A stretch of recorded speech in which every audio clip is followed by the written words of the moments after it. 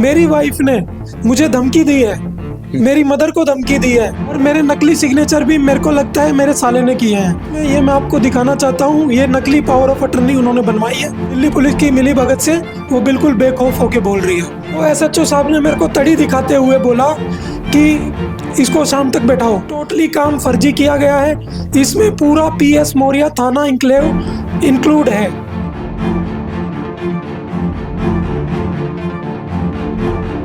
नमस्कार दर्शकों, आप देख रहे हैं दिल्ली क्राइम मोर्चा। दिल्ली जो है अक्सर चर्चा में बनी हुई रहती है, देश की राजधानी है और विशेषकर दिल्ली पुलिस के कारण चर्चा में बनी रहती है।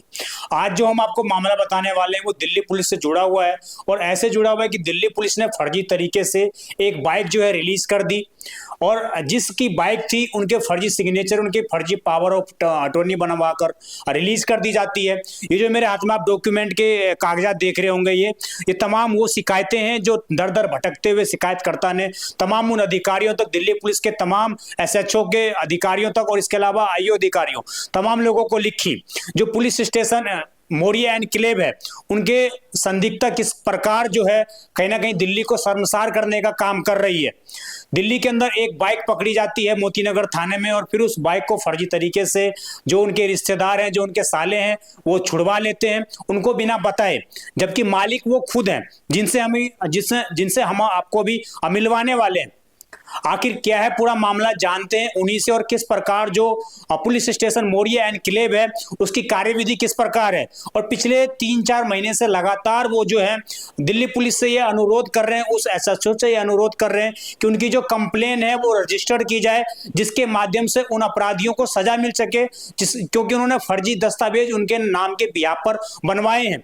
उनका ये भी अंदेशा है कि अगर दिल्ली पुलिस कोई कार्रवाई नहीं करती है, कोई केस रजिस्टर नहीं करती है, तो हो सकता है कि भविष्य में उनके सिग्नेचरों का गलत इस्तेमाल भी किया जा सकता है और कोई बड़े घटना को अंजाम भी दिया जा सकता है। दिल्ली पुलिस इन चीजों को दरकिनार करते हुए उनके खिलाफ कोई एफआईआर नहीं लिख रही है। पिछले 4-5 महीने से लगातार वो परेशान है। हम सीधा आपको उन्हीं से मिलवाते हैं। क्या नाम हुआ आपका और क्या है पूरा मामला, बताइए। मेरा नाम हरीश शर्मा है। ये जैसे कि बाइक है 2020 या 21 में मैंने अपने साले को खरीद कर दी थी, जो कि अब मेरे पास नहीं है। मैंने उसको काफ़ी बार बोला कि ये अपने नाम करा ले या मेरी बाइक मुझे वापस दे दे, तो उसने कोई एक्शन नहीं लिया। बाकायदा मैंने दिल्ली पुलिस को एक एप्लीकेशन दी कि मेरी बाइक मुझे दिलवाई जाए या उस बंदे के नाम कराई जाए, तो भी पुलिस ने उस पर कोई एक्शन नहीं लिया। फिर उसके बाद वो बाइक चोरी हो जाती है उनके क्लिनिक के आगे से, जो उनका क्लिनिक है CD 163 रियान क्लिनिक के नाम से, आपके साले का क्लिनिक। जी। वहां से वो बाइक चोरी हो जाती है। अगले दिन वो बाइक मिलती है, मोतीनगर थाना उसको पकड़ता है और वो बाइक वापसी मौर्या एनक्लेव थाने। चोरी हो गई तो उस वक्त आप लोगों ने कंप्लेन या आपके साले के थ्रू कंप्लेन लिखवाई गई थी? मेरे साले ने ही कंप्लेंट लिखवाई थी कि हमारी ऐसे ऐसे EFIR करवाई थी कि हमारी बाइक ऐसे ऐसे चोरी हो गई है। तो देन वो बाइक अगले दिन मिल जाती है। मिलने के बाद मेरी वाइफ और मेरा साला दोनों जने मिलकर मेरी पावर ऑफ अटर्नी बनवाते हैं, जिसपे ना कोई मेरे सिग्नेचर है, ना कोई मेरा कोई उस पे प्रूफ है, कुछ भी नहीं होते सर होते मेरी बाइक उनको रिलीज कर दी जाती है। आप ये कहना चाह रहे हैं कि जो आपके साले ने सब कुछ काम किया, उसने आपके फर्जी सिग्नेचर किए कागजों पर, फर्जी डॉक्यूमेंट बनवाए, उसके बिहाफ पे उसने बाइक छुड़ा ली? जी, मेरे साले ने और मेरी वाइफ ने, दोनों ने। जबकि मेरी वाइफ का बयान है पुलिस के रिकॉर्ड के मुताबिक, कोर्ट के मुताबिक, कि मेरी वाइफ 2 साल से अलग रहती है मेरे से। अगर वो 2 साल से अलग रहती है तो क्या मैं उसको पावर ऑफ अटर्नी साइन करके दूंगा? सेकेंडली 10 जुलाई को वो बाइक रिलीज होती है और 10 जुलाई को ही मेरे नाम से पावर ऑफ अटर्नी बनवाई जाती है। अगर मैं 10 जुलाई को दिल्ली आकर पावर ऑफ अटर्नी साइन कर सकता हूं, तो क्या मैं थाने से और कोर्ट में जाके अपनी बाइक नहीं छुड़ा सकता?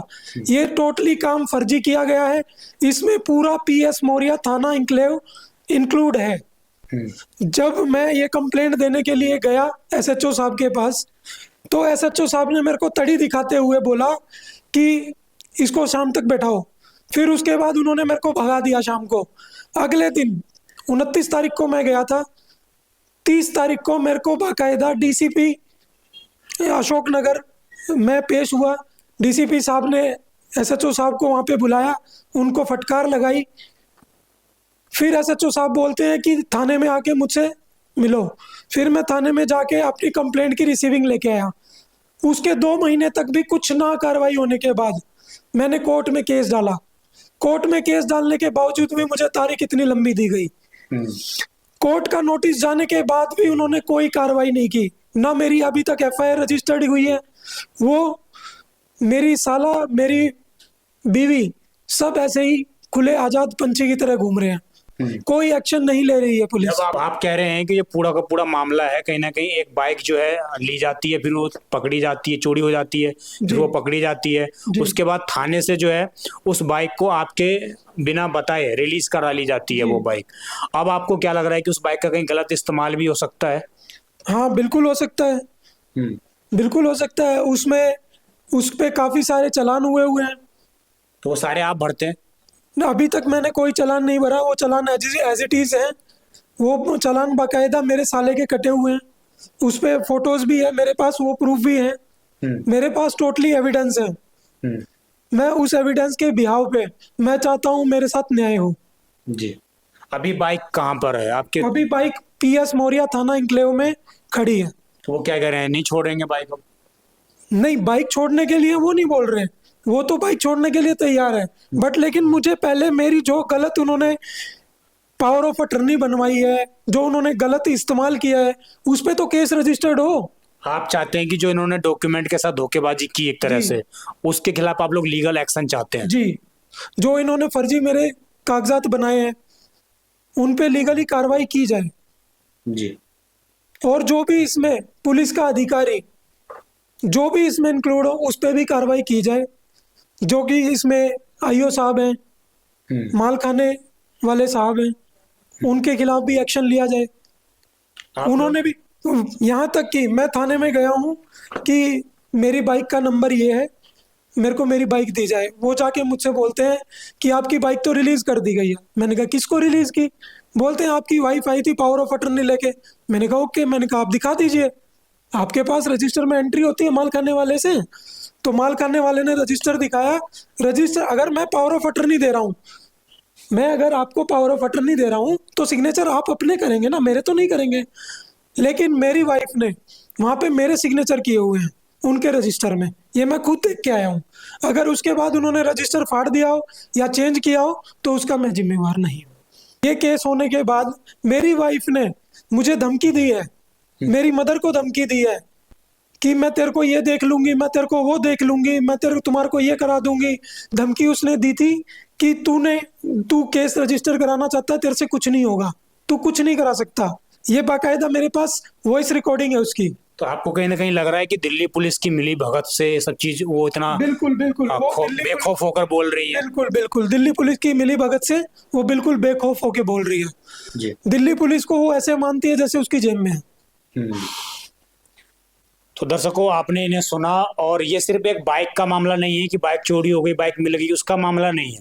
ये मामला ये है कि किस बेस पे, किस बिहाफ पे दिल्ली पुलिस फर्जी डॉक्यूमेंट के आधार पर, डॉक्यूमेंट किसी और के हैं, बाइक किसी और की है, सिग्नेचर कोई और कर देता है, उस बिहाफ पर किस तरीके से जो पुलिस स्टेशन मौर्या इनक्लेव है उसके अधिकारी और उसके जो कर्मचारी हैं वो किस तरह बाइक को पहले रिलीज कर देते हैं। फिर जब इनकी तरफ से ऑब्जेक्शन उठाया जाता है कि मैंने उन डॉक्यूमेंटों पर सिग्नेचर ही नहीं किया, तो उन बाइक को दोबारा पकड़ लिया जाता है। अब इनको ये कहा जाता है कि आप बाइक ले जाइए अपने, बिना किसी रजामंदी के। अभी इनका ये कहना है कि दिल्ली पुलिस से मैं प्रार्थना करता हूं, मैं रिक्वेस्ट करता हूं कि दिल्ली पुलिस जो है उनके खिलाफ केस रजिस्टर करे, क्योंकि वो आगे भी भविष्य में भी ऐसा कुछ कदम उठा सकते हैं जिससे कि मेरे को खतरा हो सकता है, मेरे ऊपर कानूनी कार्रवाई आगे जाकर पुलिस कर सकती है। ये सिर्फ यही चाहते हैं कि पुलिस की तरफ से जो किसी न किसी तरीके से कार्रवाई की जाए। और कुछ कहना? उन्होंने धमकी भी दी है मुझे, और प्लस में ये मैं आपको दिखाना चाहता हूँ, ये नकली पावर ऑफ अटर्नी उन्होंने बनवाई है। 10 जुलाई को मेरी बाइक रिलीज की है और 10 जुलाई को ये पावर ऑफ अटर्नी बनी है। और इसमें एक चीज और दिखा दूं मैं आपको,